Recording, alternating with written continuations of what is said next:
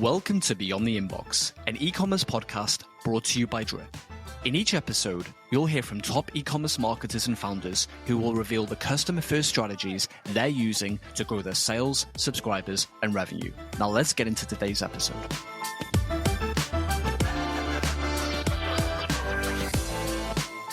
In this episode of Beyond the Inbox, I'm joined by Jack Benzaquen, the founder and CEO of DuraDry, which is a company that provides antiperspirant solutions for those experiencing excessive sweating. Jack shares his experience building a brand that appeals to a sensitive customer base and offers insights into how he's been able to leverage user-generated content and customer feedback to drive his brand's growth.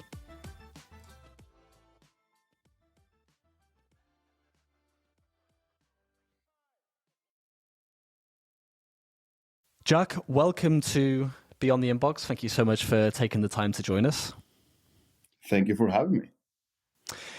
I want to start by asking you to tell us about DuraDry and how you got started with the company. Oh my God! So let me just summarize it as much as I can.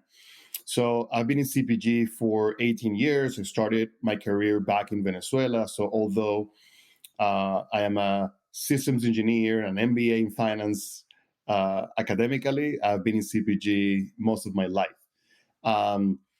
And somehow I got into formulating products and finding contract manufacturers versus distributing other people's brands. And I have this condition on my underarms. It's called hyperhidrosis, which makes you sweat too much. So basically, I was, and still am, scratching my own itch. Can you talk more on that and what led you to starting the company? Was there a particular tipping point that led you to being that person that started that company? Because it's such a unique product, and I want to dig into this in the interview. Why you? Why were you the guy to make this product? I think that it makes it much easier when there is founder market fit. And that's why I mentioned that I do sweat too much on my underarms. So, not a taboo anymore in this day and age. But, I know that it's a debilitating thing for most people that sweat too much, right? So I myself tested a bunch of products out there and nothing is as strong as they promise you. And that's, if at the core, I'm just like sick of products that overpromise and underdeliver across the board. Of course, for me, the thing that makes the most sense is sweat protection because there's this founder market fit. But I think that if you look deep into the eye of the big CPG conglomerates, you're going to find that in every category, they found the keywords to sell you on the products, but the effectiveness is not there necessarily. At least that's my experience. Can you talk me through the process of launching this product? Were you getting feedback along the way from other people? Was it a long approach where you were doing a lot of iterating over time? Talk to me a little bit about that. Yeah, I'm still iterating. Our products are not perfect, but definitely each of our products is better than its previous version. So I keep a mundane Excel sheet. Each product is a column, and in the rows, I'm writing down everything that I need to solve for that product during the lifetime of the company, right? So suddenly I found a new ingredient that helps with or boosts the performance of the active ingredient for antiperspirants. Okay, so that goes into the list for our stick. And then I find another thing for this other product, even packaging, even fragrances, sizes, everything. So I'm taking a longer approach than what I would wish and what would what people would want for themselves. But at the same time, I do think that's a right way if you want to build something amazing. How are you collecting this feedback? Are you reading, say, 3-star reviews of the product? Are you having customers emailing you? Is it a combination of both and more? Combination of everything from customer reviews to customer service tickets to sending emails with like email campaigns with service type form service like, hey, do you have this problem? How, much do you suffer from it? And have you tried this or that?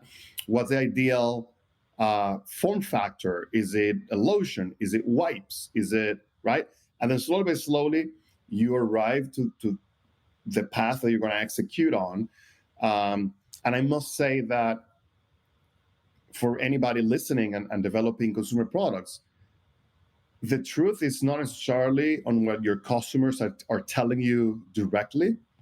The truth is an evasive thing that you need to chase, and is in between what people are saying they want and what you as a brand think is the best way to serve them.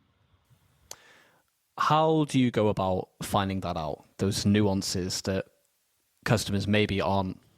There's no solution, that there's no silver bullet, and that's why you iterate. Because maybe they say, hey, I like this, and then you launch it, and then, oh, but you know what? So that's why I take whatever they say, customers say, with a grain of salt. There's truth there, and the more people that repeat the same thing, the more truth there is to it. But at the same time, it's like, the Steve Jobs, right? I think that he many times said that he's not designing based on what people say they want, but based on what he thinks they need, right? Yeah. It reminds me of the Henry Ford quote about if I'd asked people what they wanted, they would have said a faster horse. And it is a difficult balance to strike between listening to what people want or what they think they want versus what is best for them. Yeah. But, it's not necessarily mutually exclusive, because if I ask you, you tell me, hey, Jack, I want to live in a place that has 4 bedrooms. Okay. I can build a house for you, or I can build an apartment, or, and both are very different, but both are solving for what you say you wanted.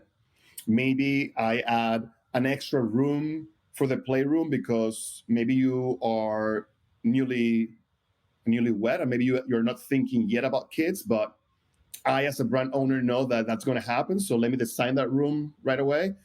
And maybe based on the demographics that I'm taking care of and the city where they're going to live, maybe it's better to do apartments versus houses because of cost of real estate, whatever. So you see how it's a mix of both, and it's not necessarily mutually exclusive. I'm taking into consideration what you asked for, and then thinking a little bit further for you to try to serve you better. It's a great analogy, and it leads me to my next question. One of the first things I noticed when I went on DuraDry's site was the sheer amount of reviews you have. And not only the amount of reviews, but video testimonials from people talking about how this product has helped them and them speaking very openly about this problem that they had. How are you driving so many reviews? And more to the point, how are you driving these types of video reviews where people are being so open and vulnerable? Yeah, it's part of our email flow for onboarding a new customer, quote unquote onboarding, right? Like, hey, welcome, here's how to use the products, blah, blah. And then a few days, probably between 2 and 3 weeks, I ask them to leave us a video testimonial. And 2 to 3 weeks is because they have had enough time to receive the product and try it and see for themselves how it's changing their lives, right? So I time it very well there, and I just offer them free product, and it doesn't have to be hundreds of dollars. Literally, it's just $30, right? And I think that that's really important for brands like ours, because the big issue or the issue that we're solving is something that people have been wanting to solve for a while, our customers, and they have tested many products. Nothing has worked for them. So they are loaded with skepticism. And the best, let's say, ninja move against that skepticism is testimonials. And they have to be authentic. Don't source them from below. Don't source them from a Fiverr, whatever. They have to be authentic because people can tell. Don't ask me how, but people can tell. On the subject of skepticism, what are some objections that come to mind when customers are thinking about buying your products? Because there's often objections that on the outside you would never think of. And I'm curious, is there anything surprising that has come up that you've had to address in your marketing to help sell more products? Nothing out of the ordinary. I think most people have the usual objections. And in our case, it's mostly like, hey, I already tried 30 different brands. Nothing has worked. Why is yours going to work? Are you going to make me waste my money? Right? And then we attack it with both testimonials and a 100-day guarantee. Like, just buy it. You don't like it, send it back. It's empty. We don't care. We're going to give you your money back, right? So that risk reversal kind of thing definitely helps. And it's a very loyalty product. Like nowadays, you buy a t-shirt at any store, it's going to be, I don't know, 30, 40, 50, 60, right? What's 30 going to do? Like, it's still below 50, which risk is not a big component when making a purchase decision for consumers. It's mostly honestly, skepticism. Honestly, if I think about it, more than the money that they're going to spend, because it's a very affordable product, is the disappointment that they want to save themselves from. Like, hey, I'm going to buy this thing again, and it's not going to work, and so that's the skepticism. That's what's loading that skepticism, the disappointment. For anyone that's listening to this that has very tight margins and maybe can't offer free products in exchange for reviews or anything of the equivalent, what are some of the things that smaller e-commerce brands can do to incentivize driving more reviews? It just depends so much on the type of product. If they lend themselves to, if they're consumables and you can give away a little bit of product, it's not a bad idea at all, because your COGS are going to be maximum a third of the value for the consumer. So it's a win-win. At the same time, that consumer loves your product, so you're giving them more of what they love. So like other things, stop like just thinking out loud, offer them store credit. Like if you're selling something expensive, then instead of saying, hey, I'm going to give you a free set of pants that cost $1,500, maybe I'll give you an free knife, or I'm going to give you $100 off for any purchase above this much, right? All sorts of tricks. Even if you say, I'm going to give you a $50 Amazon gift card, right? People are going to love that. That's as good as cash. I think there's so much to be said as well about people wanting, or people are more willing, in my opinion, to leave reviews when they feel so indebted to the product and the brand. Because if this product is helping them overcome such an embarrassing problem, they, I assume, are way more likely to leave a review than, say, a general cosmetic product that they bought on a whim. On the flip side, as you said, it's embarrassing. So people don't want to show their faces on Instagram. Hey, I'm using this product because it's not too much. So it's more nuanced, right? But there's always a solution. You need to ask for reviews from your customers. If you're not doing it, and reviews, when I say reviews, I'm not referring to only text-based reviews, but video reviews / testimonials. It's such an easy thing, low hanging fruit. You're paying for UGC, right? From influencers or creators. Isn't it cheaper to create UGC from your customers? Isn't it more authentic? Isn't it more easier for other potential customers to feel identified with those other customers of yours? So you got to think about those things. I'm glad you bring up user-generated content because I love how you're using Bounty to incentivize influencers to create videos about the product. And I wanted to ask you, can you tell me more about how that's working for you right now? Yeah, we launched not so long ago. And the product is fantastic and it's evolving super, super fast. And the most interesting thing that I see there is that the app is helping you recruit people, right? It's like a funnel. But the main component of that funnel is your own customers, right? So people that visit the site, even if they haven't purchased from you, they see the widget. So at least they're qualified in some way because they landed in the site. And then when people actually purchase, you send them an onboarding, something like an email flow, asking them to join and to get a bounty, right? They get a minimum amount of money for whatever they post, regardless of performance, and then the rest is performance based, which between you and I is definitely something that I think is going to happen sooner than later. Performance based influencers, because I think on the brand side we're already sick of spending thousands of dollars per influencer that has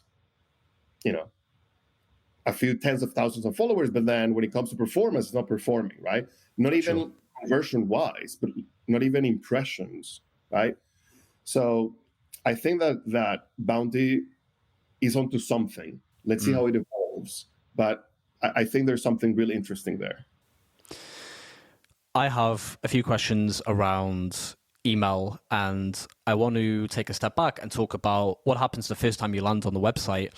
You see a welcome pop-up, and it is unlike what a lot of e-commerce brands are doing, which is offering the discount right away. But what I really like about what you're doing is you're inviting the user to self-segment based on where on their body excess sweating is affecting them the most. And I have so many questions around this, but I want to ask you, what is the reason you're doing this? I assume it's to segment in your email so you can sell more targeted products. Am I on the right track? Yes, definitely you are on the right track. And that was the initial idea, okay? To collect that data right away, right?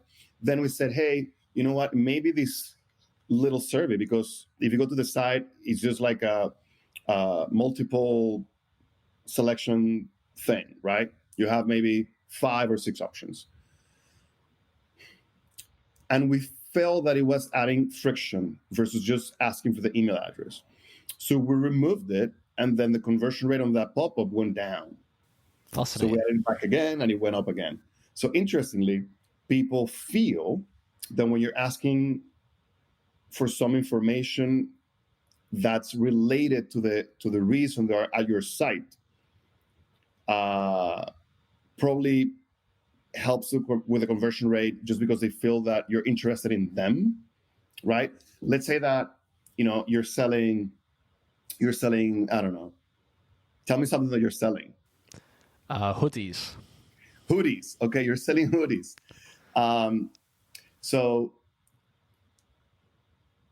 if you ask me my favorite type of hoodie, like, do you want it, I don't know, with a thick thing or whatever it is. Like, let's not get into the detail, into trying to do the details, but whatever it is that's related to what they're looking for and asking about them, they probably will resonate with them and they'll help you.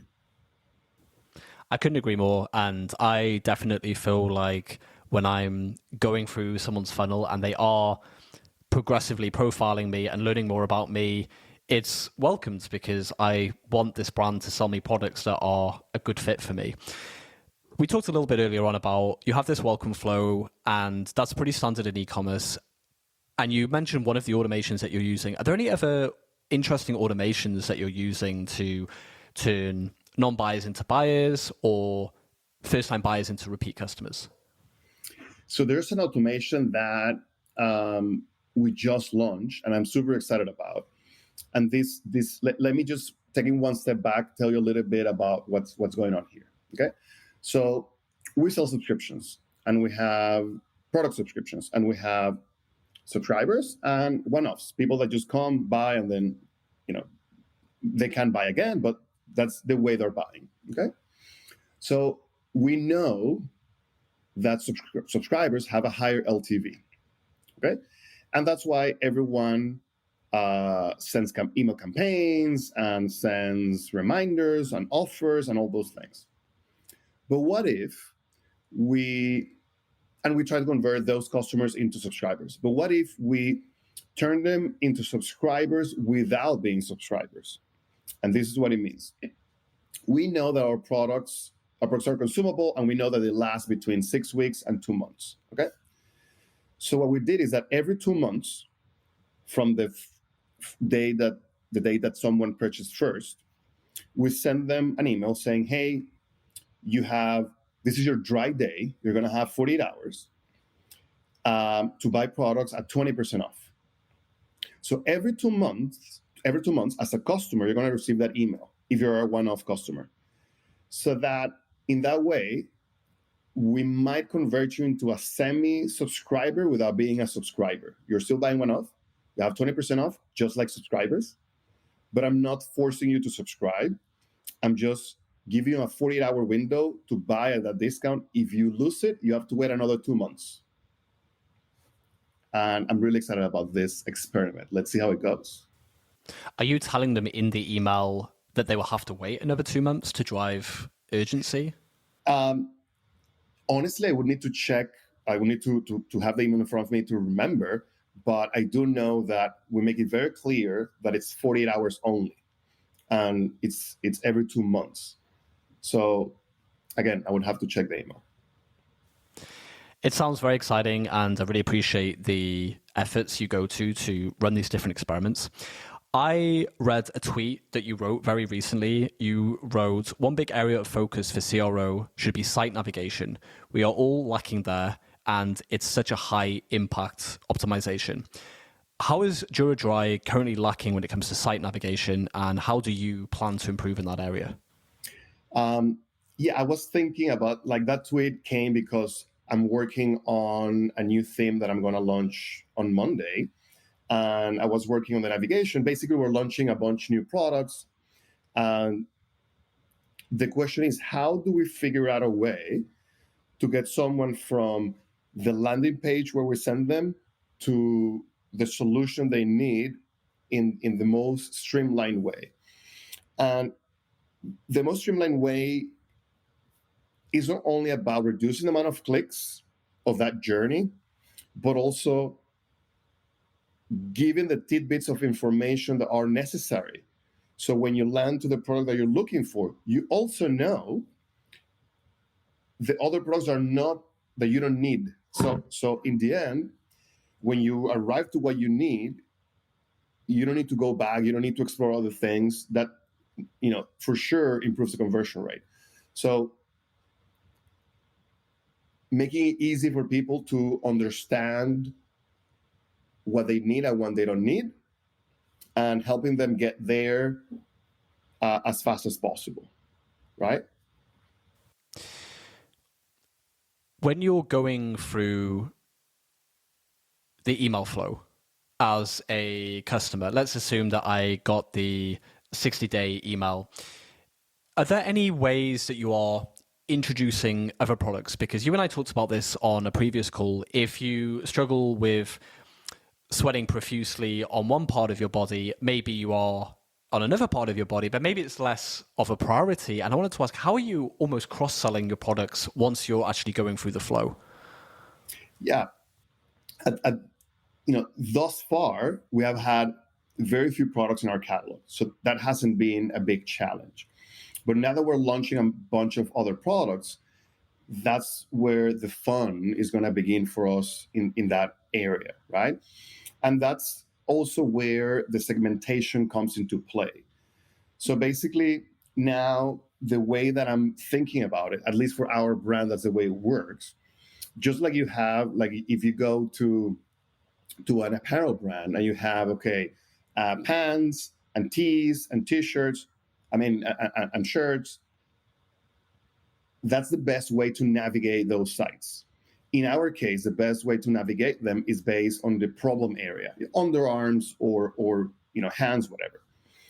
And then that's also going to inform which products I'm going to try to upsell you on after you buy whatever you buy, right? Like I know that if you buy a deodorant stick, I know that it's highly likely that your problem is around underarms. So let me just try to upsell you with other stuff about underarms. And then maybe we go a step beyond and then start offering other accessories. That's also another thing that we're doing is you have the main products that actually like solve the biggest problems. And then you have ancillary products or accessories to help you boost AOV and to help people also feel more served. Because honestly, between you and I, once a consumer, including ourselves, open the wallet to spend money on something, you're also serving me if you're offering more stuff that I might be interested in. Okay, so let's say that I'm buying a car, and maybe you're upselling me on the WeatherTech mats, or the plastic mats that just you can wash really easily. I already opened the wallet, and you trying to sell me more stuff is not necessarily a bad thing. You're trying to serve me, right? So those accessories, I think, are also important to upsell, cross-sell, whatever you want to sell, right? Well, Jack, this has been a fascinating conversation, and I really appreciate all the marketing that you're doing for DuraDry. It really stands out when you go on the website and when you go through the funnel. Where can our listeners learn more about DuraDry? Where should they best go? Go to the website, duradry.com, dura as in durable, and dry as in not wet.com. Perfect. Well, thanks again for taking the time to join us today, and all the best with DuraDry. Thank you so much. It was a pleasure.